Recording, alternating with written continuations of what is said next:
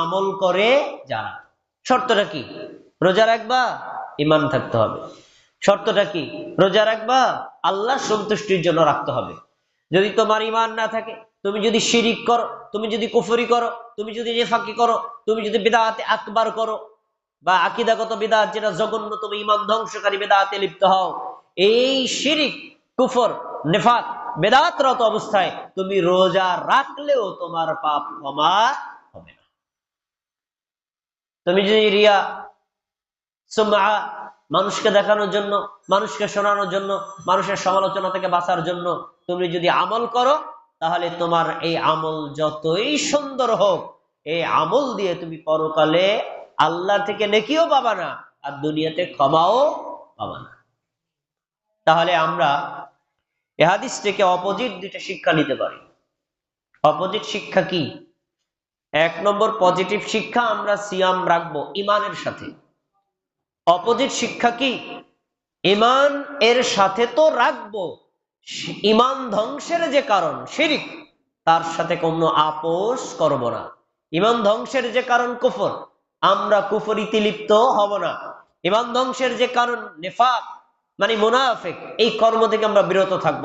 ঈমান ধ্বংস করার যে বড় কারণ বিদআতে আকবার বা বিদআতে আকীদা, যেটা করলে মানুষের ঈমান নষ্ট হয়, এই বিদআত থেকে আমরা দূরে থাকব।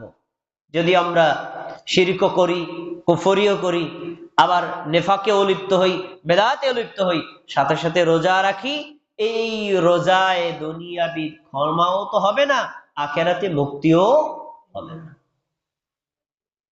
আর বিশুদ্ধ নিয়ত, আল্লাহর জন্য, সন্তুষ্টির জন্য, এটা পজিটিভ। নেগেটিভ দিক হলো মানুষ যখন আল্লাহকে খুশি করতে চায়, আবার মানুষকেও খুশি করতে চায়, আল্লাহকেও খুশি করতে চায়, মানুষের প্রশংসাও চায়, আল্লাহকেও ইবাদত দেখাতে চায়, এলাকার লোকদেরকেও দেখাতে চায়। এই টাইপের দ্বৈত নিয়তকারী যারা, মানে আল্লাহর খুশি, বান্দার খুশি, আল্লাহর খুশি, সমাজের খুশি, সমাজের মানুষ কি করবে, সমাজের মানুষ আমার ব্যাপারে কি মন্তব্য করবে, এই চিন্তাধারায় যারা রিয়া বা শিরিকে খফি, গোপন শিরিক নিয়ে যারা রোজা রাখে, ইফতার করে, সিয়াম পালন করে, এদের পাপ এই সিয়ামের মাধ্যমে ক্ষমা হবে না। তাহলে আমরা কার জন্য ইবাদত করব? এক আল্লাহর জন্য। মানুষ কি মন্তব্য করবে এটা আমার শোনাও দরকার নাই, দেখাও দরকার নাই। আল্লাহর জন্য রোজা রেখেছি, মানুষ প্রশংসা করলে ভালো, নিন্দা করলেও ভালো। আল্লাহর জন্য আমল করি, মানুষ আমাকে ভালোবাসলেও ভালো, অপছন্দ করলেও ভালো। কারণ মানুষের মন্তব্য এই চিন্তা করে ইবাদত করলে আপনি বেদাত পরিত্যাগ করতে পারবেন না। মানুষের মন্তব্যের চিন্তা করলে আপনি শিরিক ত্যাগ করতে পারবেন না। তখন এই মানুষের মন্তব্য আপনাকে বেদাতের দিকে ধাবিত করবে। ভাইয়েরা আমার, এবার 3 নম্বর শর্ত, রমজান মাসে যদি ক্ষমা নিতে হয়, আপনাকে কাবীরা গুনাহ ছেড়ে দিতে হবে। আমি যে আলোচনাগুলো করছি এগুলো হলো এমন দৃষ্টিভঙ্গিতে আলোচনা, যে আলোচনাগুলো সাধারণত ইমাম মুসল্লিদেরকে বলে না। সবাই বলে রোজা রাখেন পাপ ক্ষমা হয়ে যাবে, রোজা রাখেন এই নেকি পাবেন, রোজা রাখেন আল্লাহ নেকি দিবে। কিন্তু বাবা, তুমি রোজা রাখলেও যে নেকি পাবা না কাবীরা গুনাহ করলে, রোজা রাখলেও যে ঈমান না থাকলে তোমার রোজায় কোনো ভ্যালুলেস হয়, এগুলো বলে না কেউ। হাদিস শোনেন, সহিহ মুসলিমের হাদিস, রাসূলুল্লাহ সাল্লাল্লাহু আলাইহি ওয়াসাল্লাম বলেছেন, আস-সালাওয়াতুল খামস, 5 ওয়াক্ত নামাজ, ওয়াল জুমআতু ইলাল জুমআ, এক জুমার সালাত থেকে আরেক জুমার সালাত, ও রমাদানু ইলা রমাদান, এক রমজানের রোজা থেকে আরেক রমজানের রোজা, মুকাফফিরাতুম মা বাইনাহুন্না, মধ্যবর্তী সময়ের পাপগুলো ক্ষমা হয়ে যায়। বলেন সুবহানাল্লাহ। হাদিস এই পর্যন্ত যদি বলে থামেন, হাদিসের হক পুরো আদায় হবে না, কারণ হাদিসের ক্রিম অংশ রয়ে গেছে, আসল অংশ রয়ে গেছে। আসল অংশ কি? ইযাজতানাবাল কাবায়ের, যখন বান্দি কবিরা গুনাহ, বড় গুনাহ ছেড়ে দিবে, তখনই ক্ষমা পাবে। বড় গুনাহ ছাড়বে না, ক্ষমা পাবে না। উদাহরণস্বরূপ বোঝার জন্য বলি, আমরা জুমার সালাত আদায় করেছি, এখন সামনে আসর সালাত আদায় করব। 2 সালাতের মধ্যবর্তী সময় আসর সালাত আদায় করব, তারপর আবার মাগরিব সালাত, দুই সালাতের মধ্যবর্তী সময়। মাগরিব সালাত আদায় করবে, তারপর আবার এশা সালাত, দুই সালাতের মধ্যবর্তী সময়। এশা সালাতের পরে আবার ফজর সালাত, দুই সালাতের মধ্যবর্তী সময়। ফজরের পর আবার জোহর সালাত, দুই সালাতের মধ্যবর্তী সময়। 5 ওয়াক্ত সালাত আদায় করবেন, সর্বোচ্চ সময় লাগবে 2 ঘন্টা। বাকি যে 18 ঘন্টা সময় আপনি সালাতের বাইরে বিভিন্ন কর্মে লিপ্ত হচ্ছেন, এই 5 ওয়াক্ত সালাতের কারণে আল্লাহ বাকি 18 ঘন্টার ছোট ছোট পাপ ক্ষমা করে দিবেন। সুবহানাল্লাহ। শর্ত কি? বড় গুনাহ করা যাবে না। যদি বড় গুনাহ করেন ক্ষমা হবে না, যদি বড় গুনাহ করেন ক্ষমা থেকে বঞ্চিত হবে। এরপরে আমরা গত জুমার সালাত আদায় করেছি, আজকেও তো জুমার সালাত আদায় করেছি। 2 জুমার সালাত আদায় করার কারণে 1 সপ্তাহ পর্যন্ত মাঝখানে আমাদের দ্বারা অনিচ্ছায় যে সকল ছোট ছোট পাপ হয়েছে, আল্লাহ তাআলা 2 জুমার সালাত আদায় করার কারণে মাঝখানের 1 সপ্তাহের পাপ ক্ষমা করে দিবেন। শর্ত কি? 1 সপ্তাহ পর্যন্ত কোনো কাবীরা গুনাহ করা যাবে না। যদি করেন ক্ষমা পাবেন না, সোজা সাপটা কথা। এরপরে গত বছরে যারা আমরা রমজান মাসের সিয়াম রেখেছি, তারাবি, ইফতার, অন্যান্য যে সকল আমলগুলো আমরা করেছি, আবার এই বছরেও যদি আমরা এই সিয়াম রাখি, তারাবি সালাত আদায় করি এবং ইফতার সাহরি এগুলো আদায় করি, তাহলে আল্লাহ তাআলা 2 রমাদানের আমলের কারণে 1 বছরের ছোট ছোট পাপ ক্ষমা করে দিবেন। শর্ত কি? বড় গুনাহ করা যাবে না।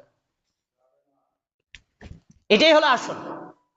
এজন্য সুদ খাওয়া, ঘুষ খাওয়া, মিথ্যা কথা বলা, মিথ্যা কথা, পরনিন্দা করা, পরচেষ্টা করা এবং মানুষের উপর জুলুম করা, মানুষের সম্পদ জোর করে দখল করে খাওয়া, কারো সম্পদ নেওয়ার পরে ফেরত না দেওয়া, এইরকম মানুষকে খুন করা, মানুষের বিরুদ্ধে মিথ্যা অপবাদ দেওয়া, এরকম ভয়ঙ্কর পাপ থেকে আপনাকে বিরত থাকতে হবে। ভয়ঙ্কর পাপ করলে আপনি আমলের মাধ্যমেও ক্ষমা পাবেন না।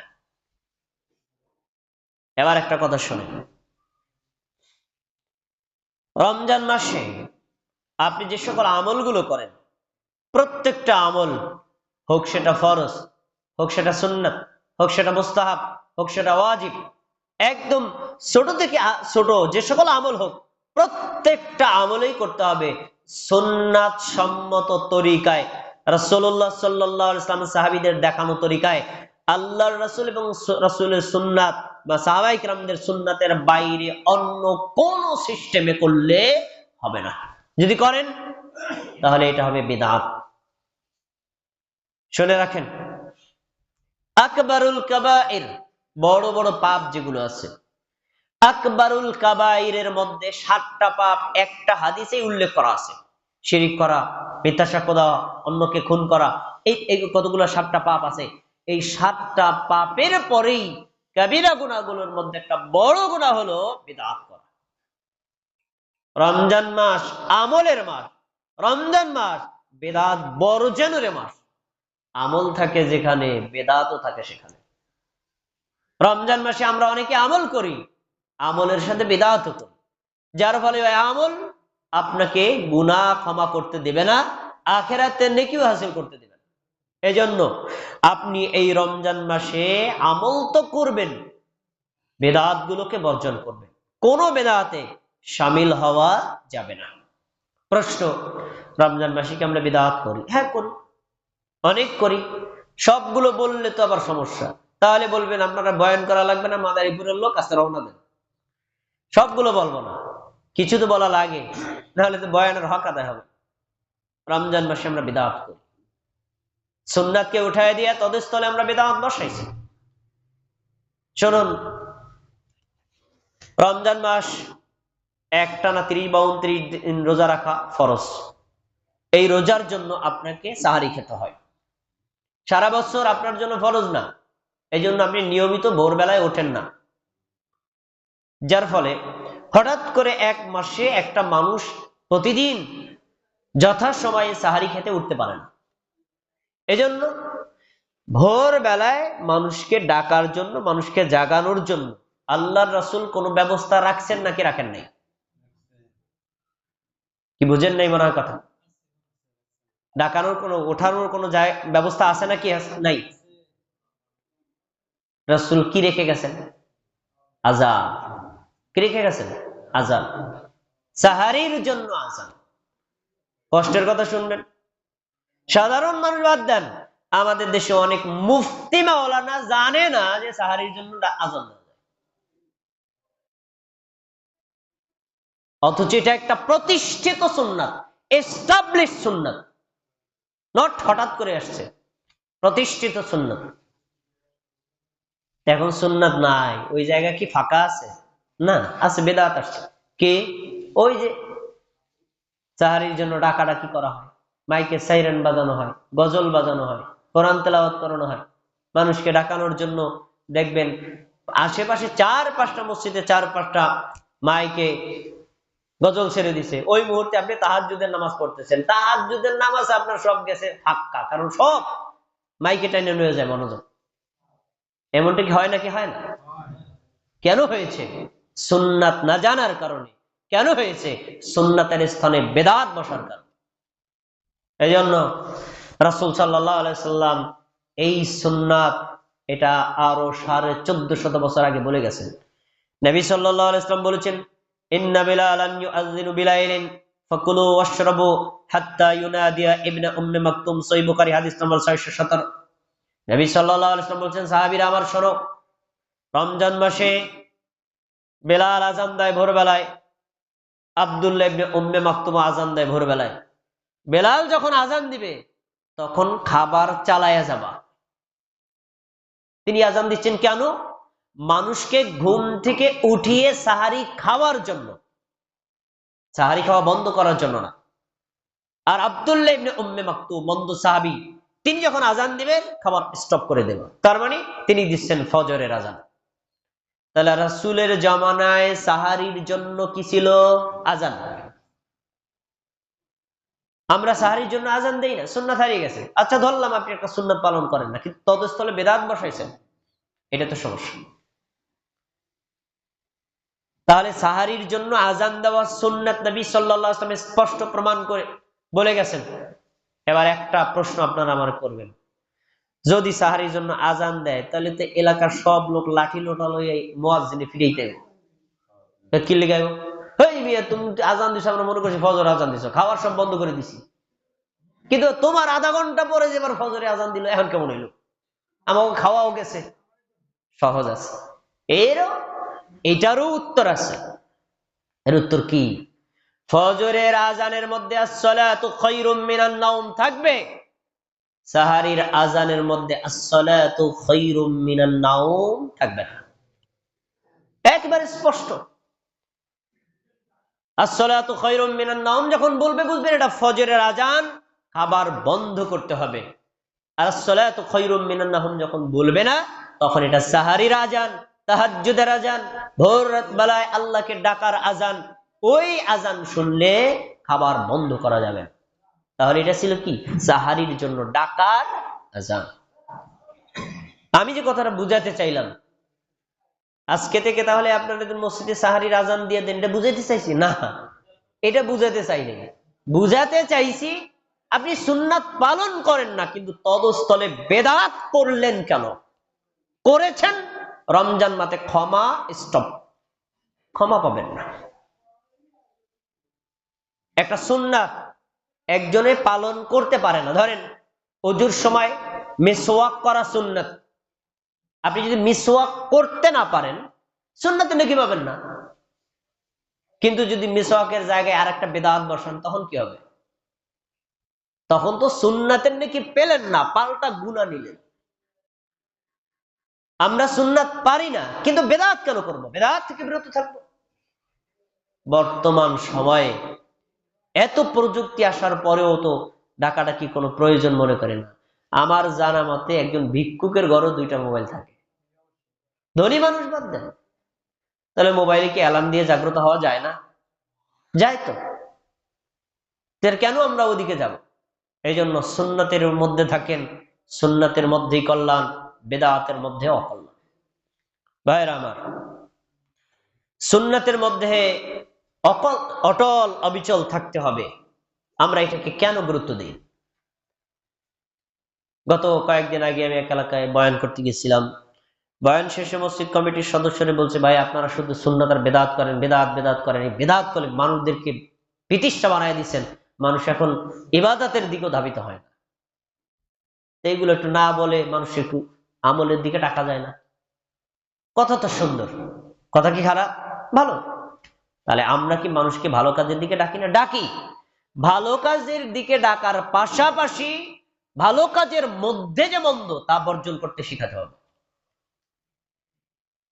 শুধুমাত্র আমলের দিকে ডাকবেন কোন? আমলের মধ্যে যে বিদআত আছে, আমলের মধ্যে যে শিরক আছে, এগুলো বলবেন না।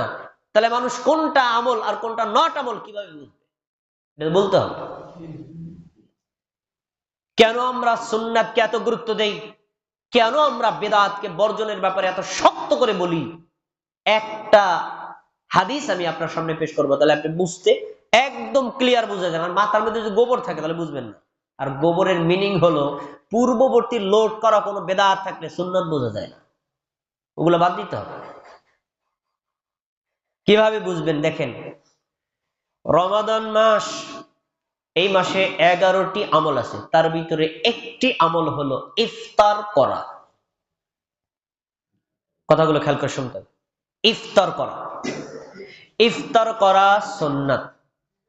ইফতার আরেকজনকে করানো সুন্নাত।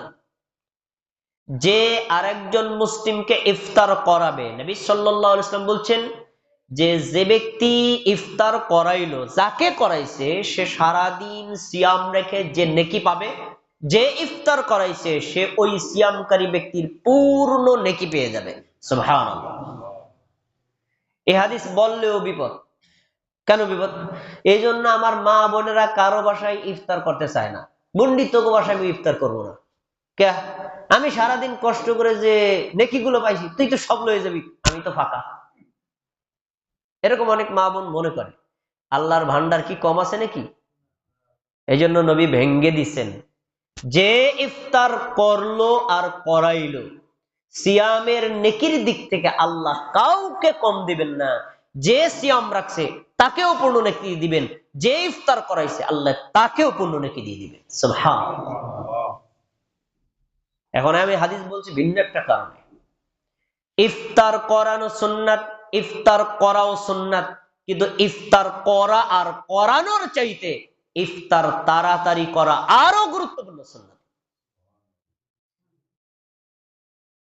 ইফতার আপনি রাতে 7 সময় খাবার খাইছেন, এর আগে খানই নেই, আমরা রোজা হবে।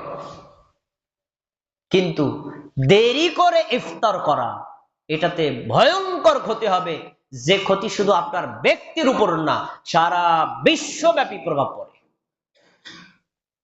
কিভাবে পরে দেখেন, নবী সাল্লাল্লাহু আলাইহি ওয়াসাল্লাম বলছেন, লা ইয়াজালুন নাসু বিখাইরিন মা আজ্জালান নাসুল ফিতরা। মুসলিম জাতি ততদিন পর্যন্ত কল্যাণের মধ্যে থাকবে যতদিন পর্যন্ত তারা তাড়াতাড়ি ইফতার করবে। খেয়াল করে শুনতে হবে হাদিস। মুসলিমরা ততদিন পর্যন্ত কল্যাণের মধ্যে থাকবে যতদিন পর্যন্ত তারা তাড়াতাড়ি ইফতার করবে। আজান কততে? 4:45 না? এখন দেন আজান, দেন আজান, আগে আজান দেন, আজানের পরে কথা বলি। এটা দাঁড়া করে হাতে নিয়ে নেন।